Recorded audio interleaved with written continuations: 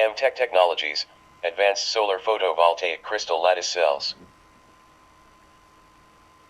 In 1989, during another flight of the Space Shuttle Atlantis, the U.S. military photographed a newly launched Soviet communications satellite in geosynchronous orbit above Moscow. There were several things about the new Soviet satellite which were unusual. First, spectroscopic investigation of the signature of the satellite revealed the familiar telltale presence of nuclear material located in the aft section of the satellite.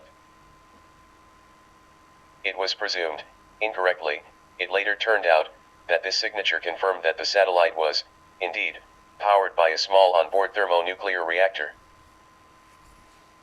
What did not make sense, though, was the fact that the power requirements, which American military analysts believed were needed to support the variety of functions being performed by the Soviet satellite,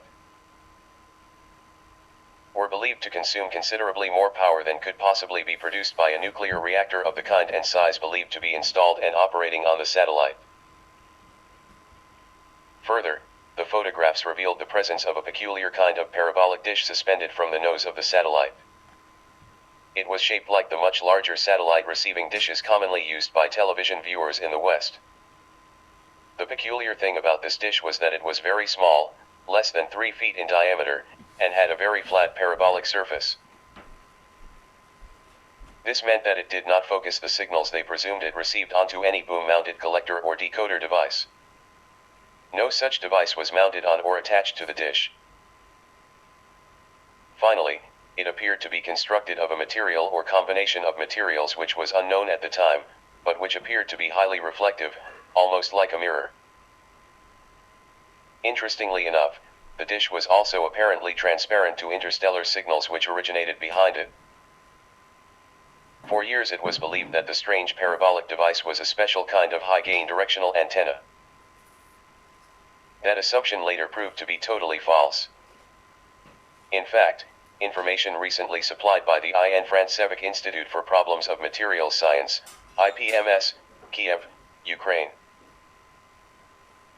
to support several of its patent applications confirms that the dish was constructed of the same crystalline lattice material which is used to construct the interior of exceptional energy storage devices, but built with some very special features. The purpose of the device was to convert sunlight and other ambient wavelengths of energy into ion flow or electrical current in sufficient amounts to maintain the electronic and other operational functions of the satellite. In the West we refer to devices which act this way as photovoltaic devices or solar cells. The device which looked like a high-gain antenna dish was certainly a solar cell, but it was much more than that. The quantum physics and the new technologies which made it possible to produce the crystalline lattice structure of the energy storage devices also made it possible to produce a similar crystalline structure which was capable of simultaneously converting wavelengths of widely varying characteristics into ionic flow or electrical current. The strategy employed by this revolutionary new material worked across almost the entire spectrum of known wavelengths, from far out in the realm of extra-low frequency long wavelengths propagated by the original Big Bang all the way up through the visible light spectrum and beyond, into X-rays and ultra-high frequency, ultra-short wavelength waveforms associated with pulsars, quasars and quantum singularities. The quantum mechanics which describe the characteristics of the crystalline lattice structure recognize two distinct features of wave-particle propagation which are nowhere integrated in the linear quantum mechanics or solar cell technologies of the West. First, the characteristic of crystals which differentiates them from all other known material substances is that they resonate, or oscillate. To be more precise, at both primary and harmonic frequencies. A crystal-based tuning fork which resonates at A natural will also resonate in sympathy with any harmonic of A natural propagated across the entire wave spectrum if the waveform is detectable and of sufficient intensity to activate the crystalline structure of the tuning fork. The crystalline lattice of the Soviet solar cell was deliberately designed and constructed to resonate at all the harmonic frequencies of the entire wavelength spectrum, as defined by 6 discrete bands which embrace all known wavelengths. These bands are each a harmonic of the next, and all of them cause excitation, oscillation, of the crystalline lattice structure at the same time. This phenomenon reflects a new feature of quantum mechanics, instantaneous simultaneity of crystalline oscillation regardless of the distance of separation. The potential of this phenomenon in future applications is truly awesome. Properly harnessed, for example, this property of crystal structures as defined by the IPMS version of quantum mechanics could make it possible to communicate over vast distances with no time lag. The oscillation characteristics demonstrated by these structures operate outside the normal context of space-time. This writer, Gary Vesperman, happens to be the inventor of a major advance in torsion field communications, made possible by these special crystalline lattice structures. The maximum theoretical capacity of torsion field communications apparently is 40 billion channels of three-dimensional holographic television through the entire Earth without attenuation at 1 billion times the speed of light. It has long been recognized in the West that oscillating crystal structures can be engineered to create a usable flow of ions in the form of low-voltage direct electrical current. However, instead of relying exclusively on light in the visible spectrum alone to create ion flow, the Soviet system operates on all known ambient wavelengths simultaneously, in 6 harmonic resonant bands. It creates ion flow wherever and whenever such waveforms are present. It means that these devices operate on ambient heat remaining in a room or in the dead of night when there is no visible light present at all. One more feature distinguishes the Soviet material from the Western photovoltaic or solar cell. The Western cell operates by trapping photons of light in a cleverly designed network of glass, mirrors and other interconnected reflective materials which are deposited on a substrate of a dielectric material. When the volume of photon traffic striking the dielectric material reaches a minimal threshold, electrical current is created. That is, when enough photons have been captured to excite the surface of the substrate by either directly impacting molecules on the substrate surface or by creating heat energy sufficient to cause those molecules to oscillate, ion flow is induced. It is not a particularly efficient method, but it is the best that has been devised in the West. In the Soviet material, because photons are known to behave in precisely the same manner as electrons, the photons, which are present in all waveforms, including visible light, are simply introduced to the energy wells between the tips of the molecular pyramids on the sheets of crystal lattice which overlay each other. The material is so efficiently designed that it actually absorbs. Here is another place where imprecise common language gets us into technical difficulty. The individual photons in the same way it accommodates electrons. During the discharge cycle, when a circuit is open and available, the photons simply follow the path of least resistance, which is out through the crystalline lattice and into an electrical circuit, energy storage device, or some other similar application. The Soviet solar panel operates at a nominal efficiency of no less than 51% in the least consistent pieces which have been tested in the United States. The best pieces have produced test results demonstrating operating efficiencies in excess of 80%. These devices' materials produce electrical current at a higher rate per unit of exposed surface area in the dark of night than the best solar panel ever produced in the West will generate in the most ideal sunlight conditions. The simple circular device attached to the Soviet satellite was a single solar cell which was used to power the entire ship and all its functions. The nuclear fuel signature detected by the Atlantis crew was nothing more than the emissions produced by a piece of spent nuclear fuel placed on board the satellite, intended to mislead the American surveillance team. It worked. Advanced solar photovoltaic cells produced by MTech Technologies of Toronto, Canada, have demonstrated actual hands-on efficiencies in laboratory applications of more than 50%. These cells are based on designs developed by the IPMS. Theoretical models have yielded energy production efficiencies of more than 80%. These cells operate on such wide bandwidths and at such high efficiency rates that their performance characteristics in the dark of night exceed those demonstrated in broad daylight by the best current, state-of-the-art solar cells produced anywhere else in the world. When applied to current global electric energy requirements for domestic, commercial, industrial and military use, the cost of electricity could be reduced to less than $0.002 per kilowatt-hour.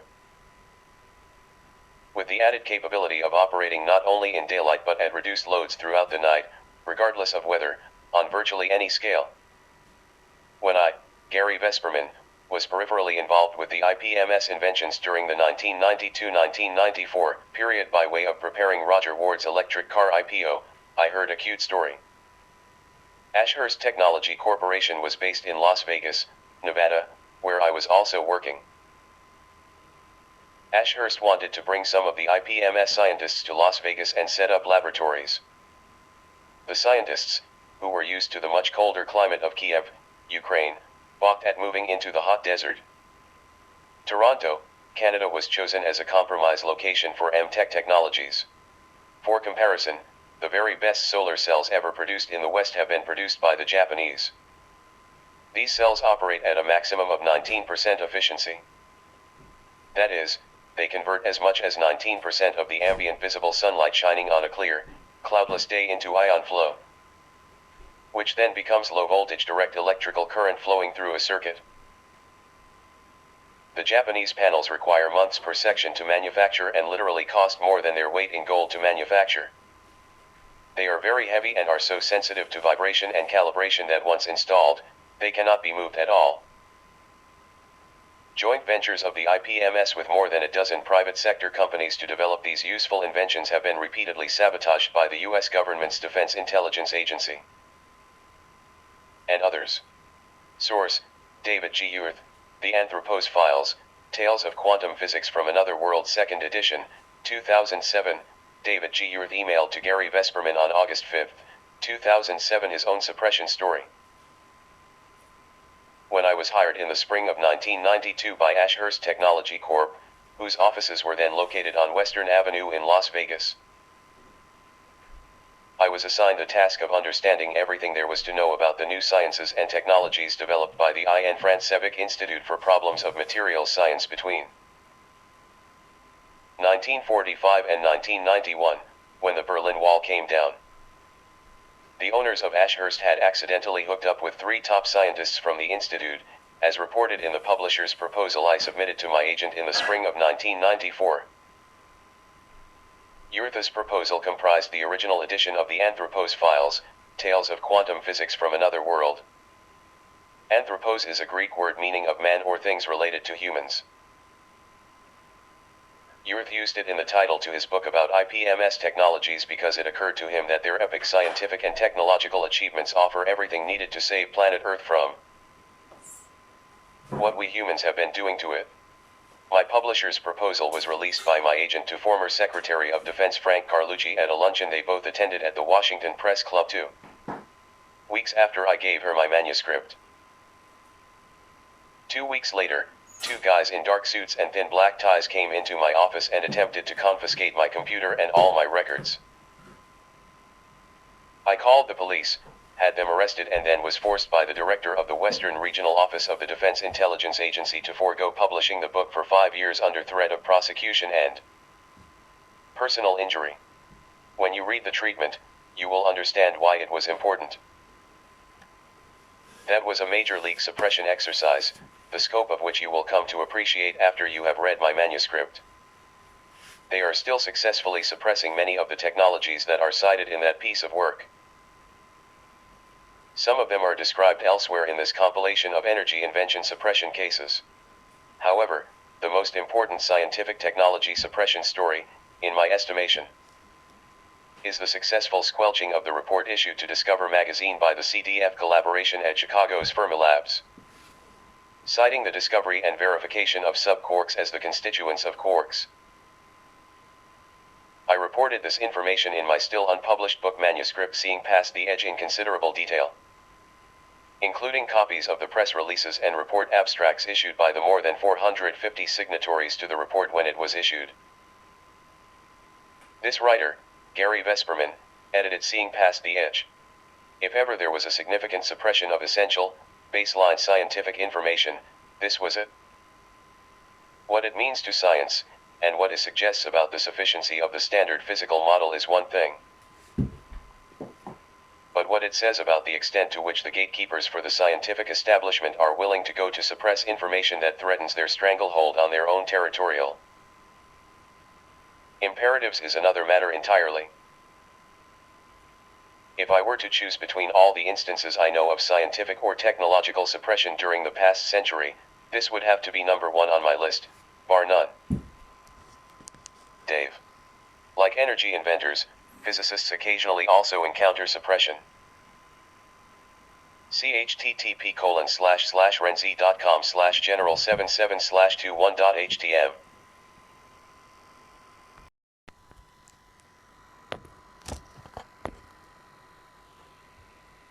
Marshall Douglas Smith, author, The Rise of Fascism in the American Energy Business. The ruthless geopolitical strategy of corporate American energy oppression is clearly exposed by Marshall Douglas Smith in his book Black Gold Hot Gold: The Rise of Fascism in the American Energy Business. The book details the collusion of oil companies and the U.S. military and federal government since the 1920s.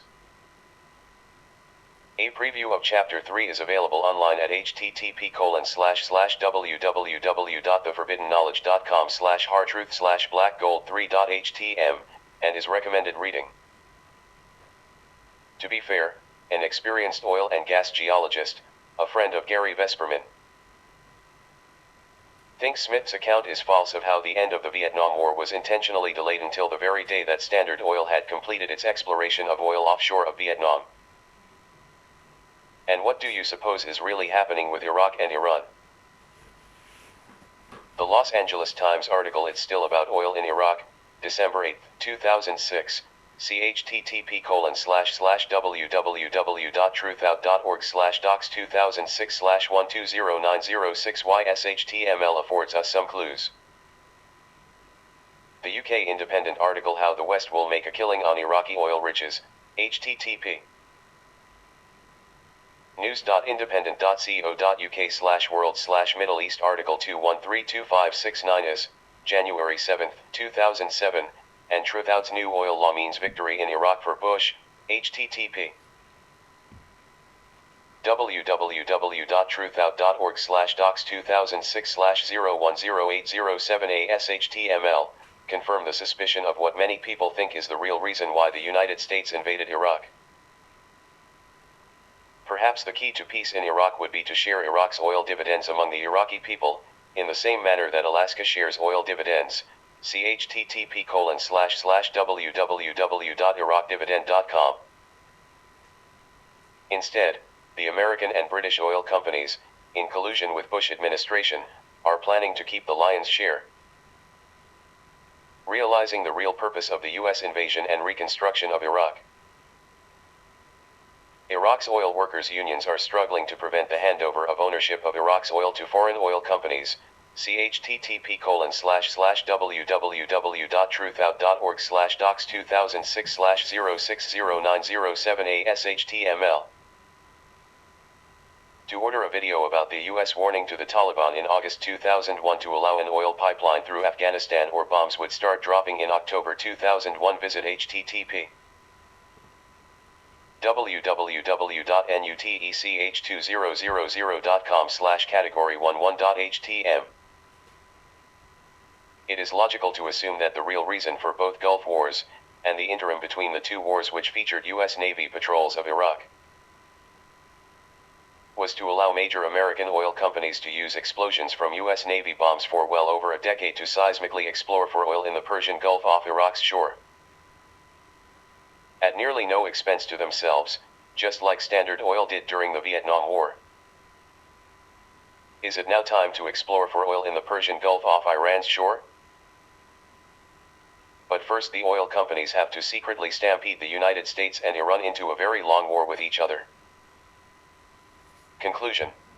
It should now be evident that the oil, auto, and power monopolies viciously defend their global energy markets by threatening, persecuting, or even murdering targeted energy inventors, and even entire nations.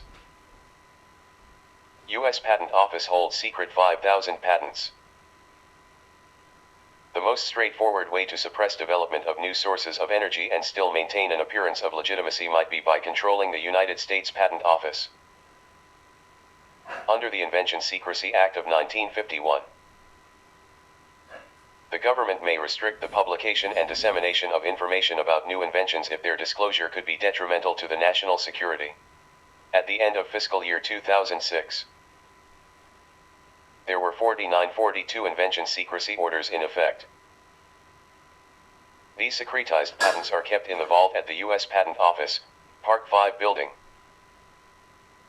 They never receive a patent number, and the inventor is rarely, if ever, compensated by the government for use of the invention. Source: http://www.fas.org/blog/secrecy/2006/12/patent secrecy orders lifted o.html. Other patent secrecy links: http://www.fas.org/sgp/othergov/invention/admin.html, http://www.fas.org/sgp/othergov/invention/37cfr5.html, www.fas.org/sgp/othergov/invention/australia.pdf, http www.fas.org/spp/Star Wars/ http://www.fas.org/blog/secrecy/2006/12/patent secrecy orders lifted o.html, http www.fas.org/blog/secrecy/2006/12/navy-mind-control.html, and www.fas.org/sgp/othergov/invention/program.html. The U.S. Patent Office has a 9-member committee that screens patents in order to protect national security. An understandable reason for suppressing certain types of energy inventions is that the knowledge behind them is also capable of producing tremendously destructive advanced electromagnetic weapons, such as the death ray apparently invented by Nikola Tesla and the Russian military's deployment of plasma beam weapons. Hence many such new energy technologies, particularly those using this kind of knowledge of advanced electromagnetic principles, are considered dual-use technologies that are among the 5,000 unnumbered patent applications confiscated in a vault at the U.S. Patent and Trademark Office because of their military potential and the need to keep that knowledge from America's enemies. A hidden purpose of this committee is to also find and remove from public access energy-related patents which could threaten the fossil fuel and power monopolies. Canada's Patent Office doesn't have a similar screening committee. It is recommended that energy patents possibly in danger of being classified should be first applied for in Canada. Once granted, up to 1 year is allowed to apply for the same patent in the U.S. Patent Office. Now the patent cannot be classified because it is already out in the public domain, courtesy of Canada. Text of Generic Patent Secrecy Order. Secrecy Order, Title 35, United States Code, 1952, Sections 181 to 188. Notice, to the applicant above named, his heirs, and any and all of his assignees, attorneys and agents, hereinafter designated principals. You are hereby notified that your application as above identified has been found to contain subject matter, the unauthorized disclosure of which might be detrimental to the national security. And you are ordered in no wise to publish or disclose the invention or any material information with respect thereto, including hitherto unpublished details of the subject matter of said application, in any way to any person not cognizant of the invention prior to the date of the order, including any employee of the principals, but to keep the same secret except by written consent first obtained of the Commissioner of Patents, under the penalties of 35 U.S.C. 1952, 182, 186. Any other application already filed or hereafter filed which contains any significant part of the subject matter of the above identified application falls within the scope of this order. If such other application does not stand under a security order, it and the common subject matter should be brought to the attention of the Security Group, Licensing and Review, Patent Office. If, prior to the issuance of the secrecy order, any significant part of the subject matter has been revealed to any person, the principals shall promptly inform such person of the secrecy order and the penalties for improper disclosure. However, if such part of the subject matter was disclosed to any person in a foreign country or foreign national in the U.S., the principals shall not inform such person of the secrecy order, but instead shall promptly furnish to the Commissioner of Patents the following information to the extent not already furnished: date of disclosure, name and address of the disclosee, identification of such part, and any authorization by a U.S. government agency to export such part. If the subject matter is included in any foreign patent application, or patent, this should be identified. The principals shall comply with any related instructions of the Commissioner. This order should not be construed in any way to mean that the government has adopted or contemplates adoption of the alleged invention disclosed in this application. Nor is it any indication of the value of such invention. The harsh punishment for a violation of the secrecy order, should an inventor exploits or even simply discusses his or her invention which is classified by a patent secrecy order, is 20 years in federal prison. In effect, the U.S. government brutally and suddenly orders unlucky energy inventors to keep absolutely quiet and not do any more work on their inventions without compensation for their well-meaning efforts. Thus a shocked, intellectually shackled and frustrated inventor would end up losing everything he or she had invested in his or her invention. The public is also ruthlessly denied any benefits from the invention. U.S. Congress. Energy Inventor Protection and Patent Declassification Act. The newly elected United States Congress should immediately write, introduce, and pass a bill titled Energy Inventor Protection and Energy Patent Declassification Act of 2007. Included should be 24/7 protection of energy inventors and their property by armed guards, and declassification of as many as 5,000 energy patents unfairly held in secret by the U.S. Patent Office. In spite of what one email correspondent suggests is the appearance of appointing a fox to guard the henhouse, Remy Chevalier suggests that the U.S. Congress needs to put back into question the entire review process of patent law, and its consequences on environmental health, by imposing strict fines to whoever is caught buying energy patents for the sole purpose of keeping its protocol out of commercial circulation. In this fourth version of Gary Vesperman's compilation of specific energy invention suppression cases, the body count rose to a disgusting high of as many as 17 innocent people who were brutally murdered just to ensure the global market supremacy of giant energy monopolies. 31 energy inventors and associates are known to have been threatened with death, and 5 energy researchers and associates have been imprisoned or falsely charged. The congressional bill should also include a provision to hunt down and imprison for many years the secret government corporate energy invention suppressors and their hired bullies and assassins. The U.S. Congress in 2005 gave the oil companies $2.6 billion in tax breaks as a reward for $190 million in campaign contributions. Source: League of Conservation Voters. Wilhelm Reich, Argonne Energy Motor. In the mid-1930s, Wilhelm Reich, MD, began noticing an energetic connection that is shared by all living beings and had the clarity of mind to not dismiss the observation as unimportant. Dr. Reich called this energy argon and worked for decades demonstrating its laws and studying its various manifestations. Dr. Reich in 1948 got a synchro type of electrical spinner motor to run from both an argon energy accumulator and an argon-charged high vacuum tube. James Demio and Nicholas Ryder have each written an article on the argon energy motor construction and use, with eyewitness quotes and many construction details. Demio has also published a third article on the subject of electrostatic motors, which are powered by sources bearing some resemblance to what Reich used in conjunction with the argon accumulator. An assistant, either suspected to be secretly working for the U.S. government or was simply an incompetent and thief, had helped with its mathematics and construction.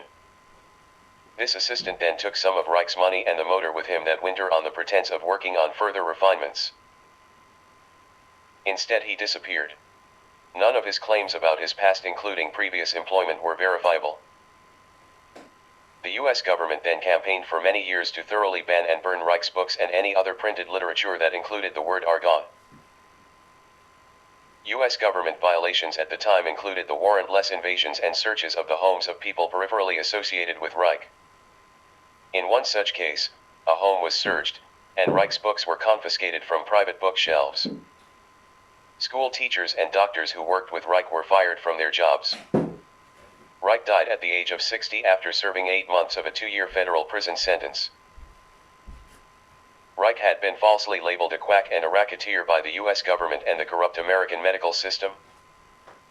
Sources: emails from James DeMio, http://www.proliberty.com/observer/20030310.htm, http://www.argonortheastlab.org/cgi-bin/shop.place/page=x-pulse.htm, http://www.argonortheastlab.org/cart/expulse.htm, and http pw1.netcom.com/tilde-rogermw/Reich/argo-northeastmotors.html. Energy invention suppression much too frequently involves energy inventors unjustly being deprived of their constitutional rights. Years ago, James DeMio, Ph.D., wrote a scathing, well-referenced article, Anti-Constitutional Activities and Abuse of Police Power by the U.S. Food and Drug Administration and Other Federal Agencies, http www.argonortheastlab.org/fda.htm right parenthesis. The flagrant abuses by the U.S. government he cites are clearly reflected by U.S. government-sanctioned energy invention suppression terror tactics.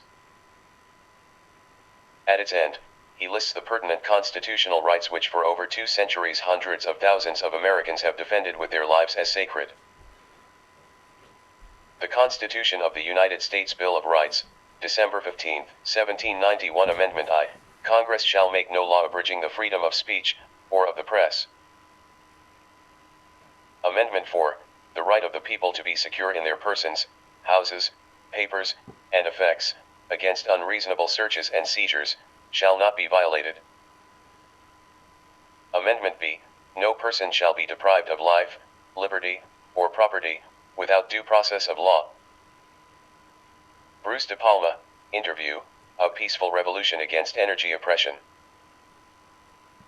A University of California at Santa Barbara 1983 interview by Daily Nexus staff writer Yvette Justice quoted Bruce De Palma, local physicist and scientist.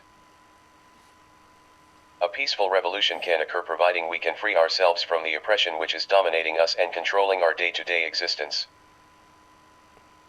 This oppression is the necessity to make payments to a system which gives us the energy to heat our homes, transport ourselves, brings our food and fertilizer to grow our food,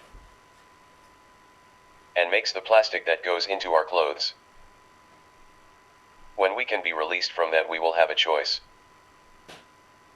And this can be the only revolution, a peaceful revolution, and free energy technology makes this peaceful revolution possible. Quote submitted by David Crockett Williams. How to stop energy invention suppression. Compiling energy invention suppression cases is the most disgusting project this writer, Gary Vesperman, has ever done. All too many times while writing these stories, I have recoiled in dismay at the meanness of the energy invention suppression bullies who for decades have conducted their vicious operations paid for by giant lying greedy energy monopolies and their secret allies in the United States government. Even if half of these suppression cases can somehow be found to be false, the conclusion is still inescapable that we have a very, very serious problem of which very, very few people are even aware. Hundreds of billions of dollars of energy business are at stake. I cannot think of another issue that is more fundamental to American politics than energy invention suppression.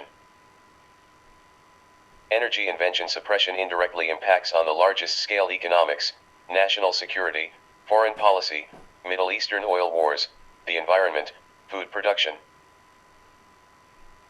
preservation of beloved parks and wilderness areas, protection of endangered species from extinction, trade balances, climate change, conservation of scarce natural resources,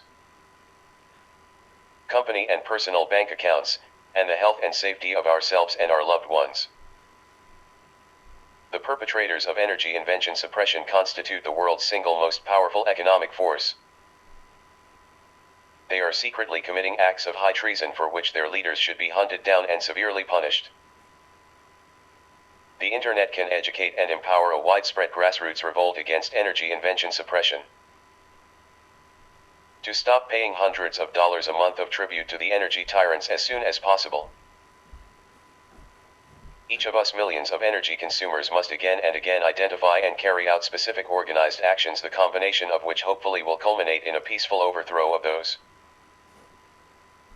traitors, restoration of full constitutional rights to energy inventors, and gaining our rightful energy freedom. In each energy activist's immediate geographic area, establish or join and adopt an energy inventor group to financially support and even physically protect a local energy inventor against harm. Petition the U.S. Congress to pass specific legislation against energy invention suppression, such as the above suggested Energy Inventor Protection and Energy Patent Declassification Act of 2007. One by one, each congressperson must be closely questioned, monitored and held accountable for his or her actions concerning energy invention suppression. Government and corporate officials, as well as congresspersons who are found to be committing high treason by supporting often vicious energy invention suppression, should be hunted down,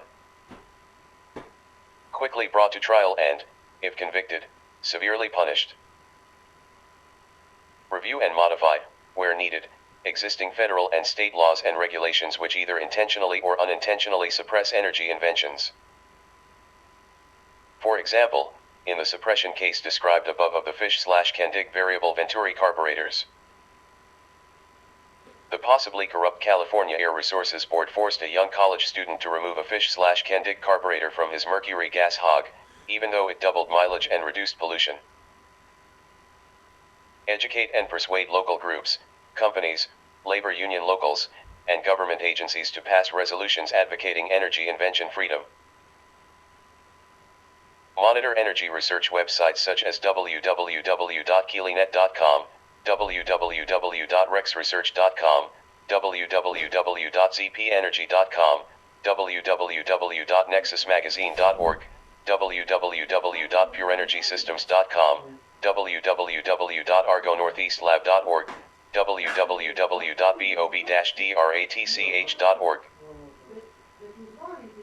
www.teslatech.info, www.byronwine.com, www.commutefaster.com, www.freeenergynews.com, www.patrack.com, www.sheniery.org, http://peacewyke.com/index.php/congress:member:/Leslie R. Pastor, http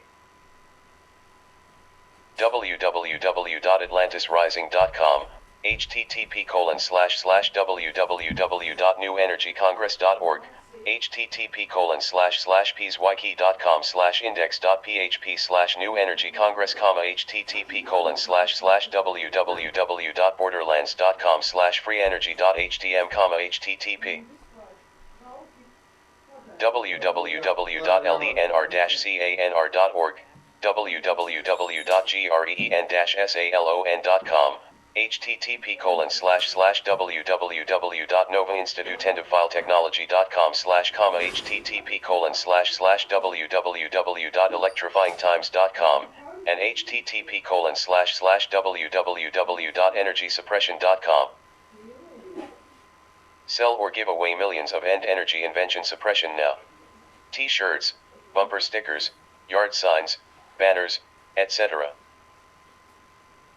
Subscribe to and buy back issues of alternative energy research publications such as Fusion Facts, Cold Fusion Times, Nexus, New Energy Times, Infinite Energy, Extraordinary Technology, Journal of New Energy, Borderland Sciences Research Foundation, New Energy News, Electrifying Times, Space Energy Journal, New Energy Movement, German Association for Field Energy, Swiss Association for Free Energy, and Canada's Planetary Association of Clean Energy. The mission of http://www.energysuppression.com includes a repository of energy invention suppression cases. Energy freedom activists may post notices relating to putting a stop to energy invention suppression. Energy freedom activists who organize a local Adopt an Energy Inventor group will find resource materials and a place to announce and coordinate their anti-suppression activities. http://www.energysuppression.com will enshrine an honor roll of warriors for energy freedom. These are companies, university student groups, labor union locals, individuals, environmental organizations, and other groups who advocate restoration of full constitutional rights and adequate financial support to inventors of new sources of energy. A description of their actions, which can be as simple as a publicly declared corporate resolution, would accompany their listings. New nominations will be voted in by majority vote of the new Energy Congress. http://www.energysuppression.com will display an Energy Invention Suppression Hall of Shame listing the names of those who have been clearly identified as perpetrators of energy slavery. New nominations will be voted in by majority vote of the new Energy Congress. The U.S. Congress and the environmental organizations quibble about raising automobile mileage standards a paltry few miles per gallon. Let's get real. Let's instead now begin this ultimate environmental crusade with millions of bumper stickers, meetings, state legislative resolutions, demonstrations, emails, yard signs, labor union boycotts, T-shirts, energy inventor adoptions, movies, live concerts, crusades, letters and phone calls to the U.S. Congress, websites, television documentaries, sit-ins, college lectures, protests, and banners in the streets and on vehicles blowing in the wind. End energy invention suppression now. Disclaimer: inclusion of any invention or technology described in this compilation of energy invention suppression cases does not in any way imply its suitability for investment of any kind. All investors contemplating any investments in these devices and technologies should first consult with a licensed financial professional. Prospective investors should exhaustively perform their own investigation of pertinent facts and allegations of facts. Investors should also ensure thorough compliance with regulations of the Federal Securities and Exchange Commission and appropriate state securities divisions. For more information, see http://www.zpenergy.com/modules.php?name =news &file =article &sid =1655